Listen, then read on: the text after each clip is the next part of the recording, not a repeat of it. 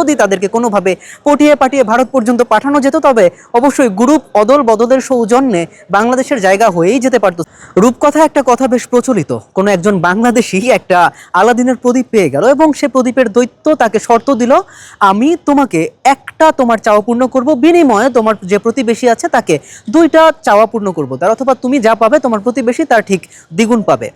লোকটি কি চাইবে সে নিয়ে ভাবতে ভাবতে সে চিন্তা করলো আর ভাবলো এবং সে চাইলো, আমার একটা চোখ নষ্ট করে দাও, বিনিময়ে আমার প্রতিবেশীর দুইটা চোখই তুমি নষ্ট করে দাও। একটু ক্রিকেটীয় প্রসঙ্গে ফেরা যাক। ইতিমধ্যে সারা বাংলাদেশ জুড়ে একটা ব্যাপার নিয়ে বেশ তোলপাড় চলছে, বেশ বাহবা পাচ্ছে আয়ারল্যান্ড ক্রিকেট দল।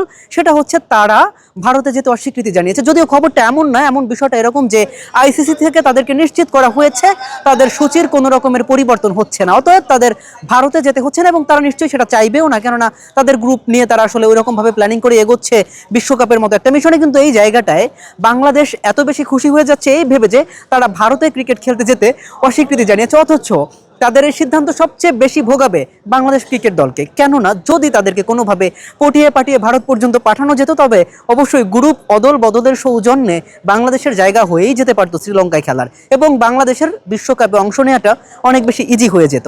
সেই বিষয়গুলো না ভেবে আসলে বাংলাদেশ আয়ারল্যান্ডকে সমর্থন করছে শুধুমাত্র এইটার জন্য যে তারা আসলে ভারতে যেতে চাচ্ছে না, যদিও খবরটা পরিপূর্ণভাবে সেভাবে না। আর আরেকটা ব্যাপার, ইতিমধ্যে একটা গুঞ্জন চারদিকে আসলে রটিয়ে বেড়াচ্ছে বা ছড়িয়ে বেড়াচ্ছে, সেই ব্যাপারটা হচ্ছে পাকিস্তান নাকি এরকম কোনো একটা স্টেটমেন্ট দিয়েছে যে যদি বাংলাদেশের বিশ্বকাপ খেলার ব্যাপারে পুনর্চিন্তা না করা হয়, তবে তারা নিজেদের বিশ্বকাপ খেলার ব্যাপারে পুরনোভাবে আবার সিদ্ধান্ত করবে বা তাদের পুনর্বিবেচনায় নেবে। যদিও ব্যাপারটা আসলে আনঅফিসিয়াল, এখনো পর্যন্ত গুজব, তবে একটা ব্যাপার মেকশিওর করতে চাই, যদি এরকম কিছু পাকিস্তান ক্রিকেট অবশ্যই ঘোষণা দেয়, সেটা নিজেদের বাংলাদেশকে ভালোবেসে নয়, বরং নিজেদের স্বার্থে। একটা ল বেশ প্রচলিত, আমি আপনাদেরকে একটু বলি, যে আমার শত্রু তার শত্রু যে আমি তার মিত্র।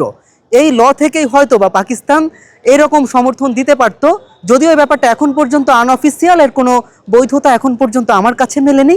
তবে যদি সেটা ঘটেও, অবশ্যই সেটা বাংলাদেশকে ভালোবেসে নয়, বরং নিজস্ব স্বার্থের দিক থেকে এরকম সিদ্ধান্ত হয়তো বা পাকিস্তান নিতে পারে। মিরপুর জাতীয় ক্রিকেট স্টেডিয়াম থেকে কে এম রাফিন, নিউজ 24।